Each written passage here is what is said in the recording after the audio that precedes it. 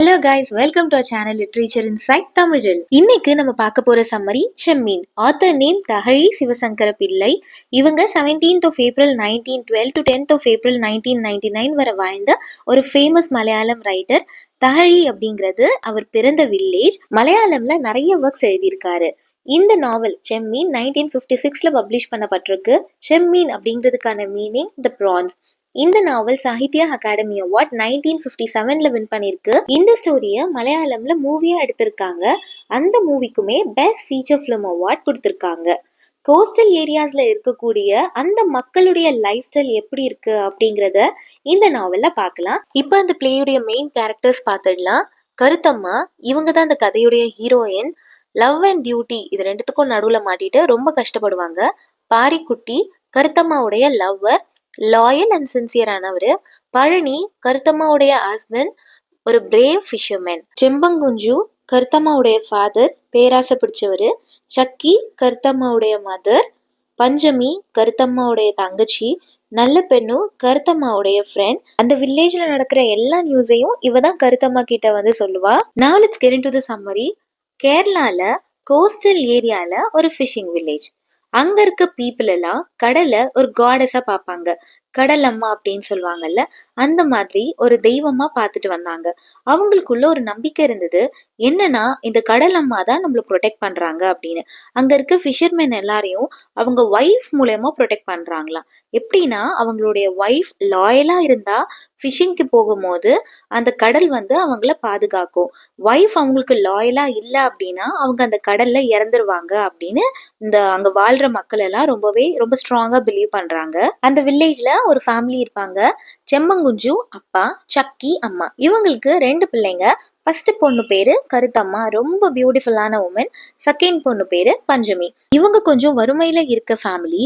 அப்பா செம்பங்குஞ்சியோட life time aim என்னன்னா, எப்படியாவது ஒரு போட்டும் நெட்டும் வாங்கிடணும் அப்படின்றதுதான். எப்படியாவது அதை வாங்கிடணும் அப்படிங்கிறதுக்காக இவர் பல வழியில பணம் வாங்கணும் அப்படின்னு ட்ரை பண்ணிட்டு இருக்காரு. நிறைய பேர்ட்டு கேட்டு பாக்குறாரு. அதே வில்லேஜ்ல பாரிக்குட்டி அப்படிங்கிற ஒரு யங் முஸ்லிம் ஃபிஷ் ட்ரேடர் இருக்காரு. இவர் அங்க இருக்க ஃபிஷர்மேன் கிட்ட எல்லாம் போயிட்டு ஃபிஷ் எல்லாம் வாங்கி ட்ரேட் பண்றாருல, அதனால அந்த ஃபிஷ் எல்லாம் வாங்க போவாரு. அந்த மாதிரி தான் செம்பங்குஞ்சு வீட்டுக்கும் போவாரு. ஸோ இப்போ அங்க இருக்கிறது யாரு? கருத்தம்மா இருக்கா இல்லையா? கருத்தம்மாக்கும் பாரிக்குட்டிக்கும் ஒருத்தர் பிடிச்சு போயிட்டு 2 பேரும் லவ் பண்ண ஸ்டார்ட் பண்ணிடுறாங்க.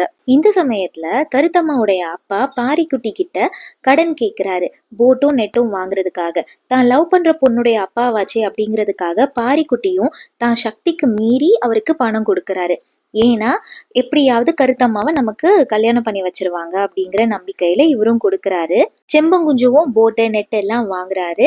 வாங்கி நல்ல ஃபிஷிங் எல்லாம் பண்ணி நல்ல பணம் செய்யறது, வெல்தி மேனாவும் ஆயிடுறாரு. பட் கையில காசு கிடைக்க கிடைக்க அவருடைய பேராசையும் அதிகமாகுது.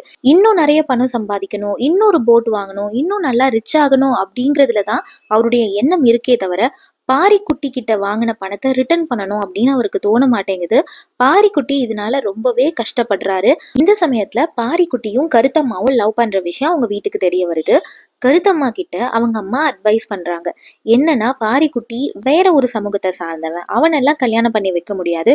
நம்ம சமூகத்துல இருந்து ஒரு பையனை தான் நீ கல்யாணம் பண்ணிக்கணும், இதுலதான் நம்ம கௌரவம் அடங்கி இருக்கு அப்படின்னு நிறைய அட்வைஸ் பண்றாங்க. கருத்தம்மாவும் இது புரிஞ்சுக்கிட்டு அவளுடைய லவ்வை சாக்ரிஃபைஸ் பண்ணிக்கிறா. கருத்தம்மாவுடைய அப்பா பழனி அப்படிங்கிற ஒரு ஃபிஷர்மேனை மீட் பண்றாரு. அவரு பிரேவ் அண்ட் ரொம்ப திறமையான ஃபிஷர்மேன். ஸோ பழனிய கருத்தம்மாவுக்கு கல்யாணம் பண்ணி வைக்கலாம் அப்படின்னு டிசைட் பண்ணி மேரேஜும் பண்ணி வைக்கிறாங்க. இந்த விஷயத்த தெரிஞ்ச பாரிக்குட்டி ரொம்ப உடஞ்சு போயிடுறாரு. இவ பழனிய கல்யாணம் பண்ணிக்கிட்டு அவருடைய ஊருக்கு போயிடுறா. பாரிக்குட்டி ரொம்ப மனசு கஷ்டப்பட்டு எதுலையுமே வேலை செய்யக்கூட இன்ட்ரெஸ்ட் இல்லாம அப்படியே பாட்டு பாடிட்டு கடற்கரையோரமா சுத்தி திரிஞ்சிட்டு இருக்காரு. இப்படியே தான் அவருடைய லைஃப் போயிட்டு இருக்கு. இந்த சமயத்துல கருத்தம்மாவுடைய அம்மா சக்கியோட உடம்பு ரொம்ப முடியாம போயிடுது. சக்கிய பாத்துக்கிறதுக்காக கருத்தம்மா அவங்க அப்பா கூப்பிடுறாரு. கருத்தம்மா போக மாட்டேங்கிறா. ஏன்னா அங்க போனா பாரிக்குட்டிய பார்க்க வேண்டி வரும், அந்த மாதிரி விஷயம்லாம் இருக்குல்ல, அதனால அவாய்ட் பண்ணிடுறா. அண்ட் ஆல்சோ அவங்களுக்குள்ள ஒரு பிலீஃப் இருக்குல்ல, ஒய்ஃப் லாயலா இருந்தாதான் ஹஸ்பண்ட் ப்ரொடெக்டடா இருப்பாருன்னு. கருத்தம்மாவுமே தன்னுடைய பாஸ்ட் லைஃப்பை மறந்துட்டு பழனி கூட ரொம்ப லவ் அண்ட் லாயலா தன்னுடைய லைஃப்பை சந்தோஷமா லீட் பண்ணிட்டு போறாங்க. அவங்களுடைய திருமண வாழ்க்கை ரொம்ப நல்லா போயிட்டு இருக்கு. அப்பப்ப பாரிக்குட்டியோடைய ஞாபகங்கள் வந்தாலுமே அதை பெருசா எடுத்துக்காம தன்னுடைய ஹஸ்பண்ட் பழனிக்கு லாயலா தான் இருக்காங்க. பாரிக்குட்டிய செம்மங்குஞ்சு காசை திருப்பி கொடுக்காம ஏமாத்திடுவாருல்ல. அதனால பாரிக்குட்டி பேங்க்ரப்ட் ஆயிட்டு ரொம்ப வறுமையில வாடுவாரு. கருத்தம்மாவுடைய அம்மா சக்கியுமே உடம்பு முடியாம இருந்தவங்க இப்ப இறந்து போயிடுவாங்க. சக்கி இறந்த உடனே செம்மங்குஞ்சம் என்ன பண்ணுவாரு, இவர் ஃபர்ஸ்ட் ஒரு போட் வாங்கியிருப்பார்ல, அவரும் இறந்து போயிட்டு இருப்பாரு. ஸோ அவருடைய ஒய்ஃபை இவரு செகண்டா மேரேஜ் பண்ணிட்டு வந்துருவாரு. இப்போ செகண்ட் மேரேஜ் பண்ணிட்டு வந்த அன்களுக்கும் இவங்களுடைய செகண்ட் பொண்ணு பஞ்சமிக்கும் செட் ஆகல. அதனால பஞ்சமி ரொம்ப கஷ்டப்படுவா, ரொம்ப இல் ட்ரீட் பண்ணுவாங்க. ஸோ ஃபைனலா பஞ்சமி தன்னுடைய அக்கா கருத்தம்மா கூடவே வந்து சேர்ந்துருவா. லைஃப் இப்படியே போயிட்டு இருக்கும் போது கருத்தம்மாவும் பாரிக்குட்டியும் லவ் பண்ண விஷயம் இந்த வில்லேஜ்ல கொஞ்சம் கொஞ்சமா ஸ்ப்ரெட் ஆக ஆரம்பிக்கும். ஏன்னா பக்கத்து பக்கத்து வில்லேஜ் தானே, நிறைய பேர் காசிப்லாம் பேசிப்பாங்கல்ல. அந்த மாதிரி இந்த வில்லேஜ் ஃபுல்லாவே ஸ்ப்ரெட் ஆயிடும். நிறைய பேரு பழனிய கிரிட்டிசைஸ் பண்ணுவாங்க. உன்னோட ஒய்ஃப் வந்துட்டு உனக்கு லாயலா இல்லை, ஆல்ரெடி அவன் வந்து ஒருத்தன் கூட ரிலேஷன்ஷிப்ல இருந்திருக்கா அப்படின்லாம் பேசுவாங்க. பட் பழனி தன்னுடைய ஒய்ஃப்க்கு தான் சப்போர்ட் பண்ணுவாரு. அவ எப்படி இருந்தாலும் இப்போ எனக்கு லாயலா தான் இருக்கா, நான் அவன் மேல பாசமா தான் இருக்கேன், அவளும் என் கூட நல்லா தான் இருக்கா அப்படின்னு சொல்லி தன்னுடைய ஒய்ஃபை விட்டு கொடுக்காம பேசுவாரு. அவ மேல அன்பா தான் இருப்பாரு. பட் பழனியோட காதுக்கு அவங்களுடைய காசிப் வந்துட்டே இருக்கு. இந்த சமயத்துல பழனிக்கும் கருத்தம்மாக்கும் ஒரு அழகான குழந்தை பிறக்குது.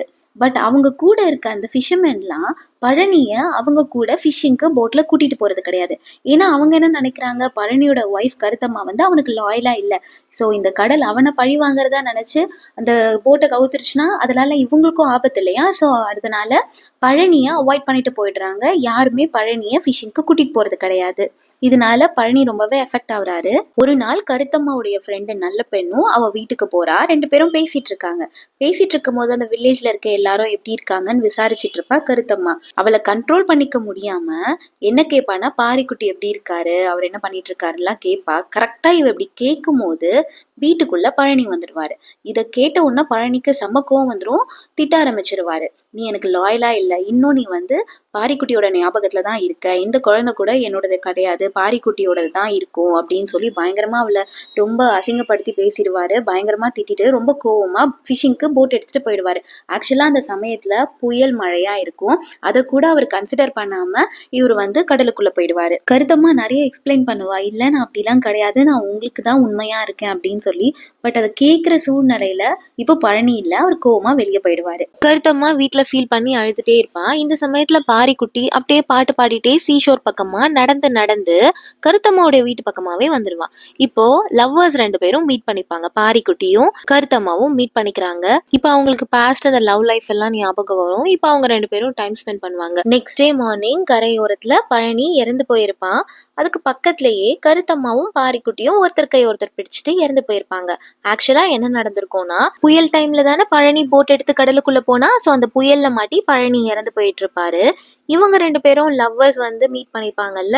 ஸோ இதுக்கு மேலேயும் 2 பேராலையும் பிரிஞ்சு வாழ முடியாது. அப்படி வாழ்ந்தாலும் இந்த சொசைட்டி ஏத்துக்காது அப்படின்னு நினைச்சு அவங்க 2 பேரும் கடல்ல விழுந்து சூசைட் பண்ணிப்பாங்க. ஸோ அந்த வில்லேஜஸோட நம்பிக்கையின்படியே ஒய்ஃப் லாயலா இல்லாததால தான் கடல் எல்லாரையும் கொன்னுடுச்சு அப்படின்னு எல்லாரும் பேசிக்கிற மாதிரி இந்த பிளே முடியுது. ஆக்சுவலா அவங்களை கொன்னது கடல் கிடையாது. அவங்க கிட்ட இருந்த greed, superstitious belief, traditional rule இதெல்லாம் தான் அவங்கள கொன்னுடுச்சு. ஸோ இந்த வீடியோ உங்களுக்கு பிடிச்சிருந்தா லைக் பண்ணிட்டு சப்ஸ்கிரைப் பண்ணிக்கோங்க. உங்க ஃப்ரெண்ட்ஸ்க்கும் சஜஸ்ட் பண்ணுங்க. அடுத்து இந்த டாபிக்ல வீடியோ போலான்னு கமெண்ட் பண்ணுங்க. தேங்க்யூ ஃபார் வாட்சிங்.